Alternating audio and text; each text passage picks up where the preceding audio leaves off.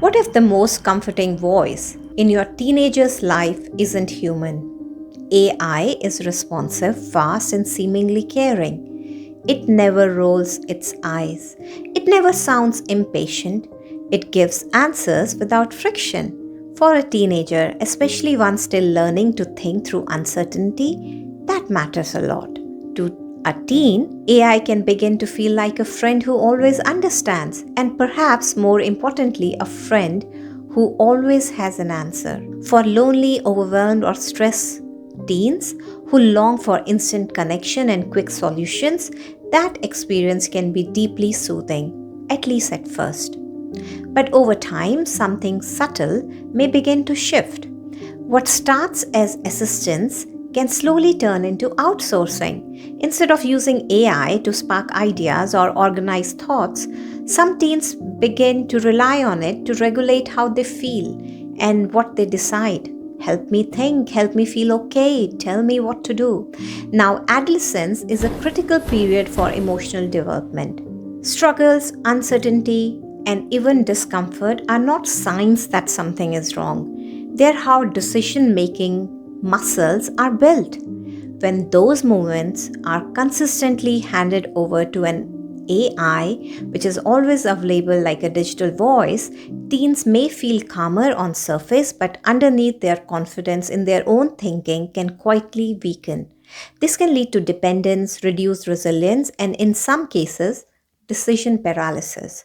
This is fundamentally different from searching on Google or watching a YouTube video. These are information tools. AI, however, offers conversational intimacy. It personalizes responses, it mirrors language, it adapts to mood and tone. That experience can feel relational, especially to a developing brain that is still learning the difference between support and substitution. And this is where the risk increases. There have already been well published concerns and reported incidents globally about AI responding poorly to emotional distress, offering oversimplified or inappropriate advice, failing to recognize when a young person is in genuine crisis. Some reports have raised alarms about AI interactions contributing to harmful spirals, including self harm and suicide, when vulnerable users used AI as a trustworthy guidance rather than a bot with flaws. This is because AI does not possess judgment, responsibility, or duty of care. That responsibility always belongs with adults. This is often the moment when parents feel uneasy because AI does not sound dramatic or dangerous on the surface. It sounds subtle, helpful, even reassuring, which is exactly why it deserves our attention. So I want to share my position clearly and thoughtfully as a physician, parent, and educator. For older teens, especially in senior school, many schools now permit the use of AI tools to support learning, like generating ideas and supporting understanding of complex concepts. I support that kind of use. However, how AI is accessed matters just as much as whether it's allowed. My strong view is this: if AI is being used for schoolwork, it should be used on a laptop, not a phone, and its purpose and use must be monitored by a responsible parent or caregiver. When AI lives on a phone, it moves out of the world of deliberate academic use and into a world of constant emotional access. Laptops are intentional. You sit down, you open them. You work, you close them.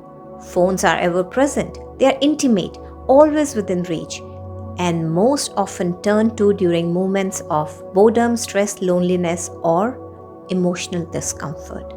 When AI sits in a teen's pocket, especially with voice-based conversations easily available, the risk of emotional reliance rises sharply.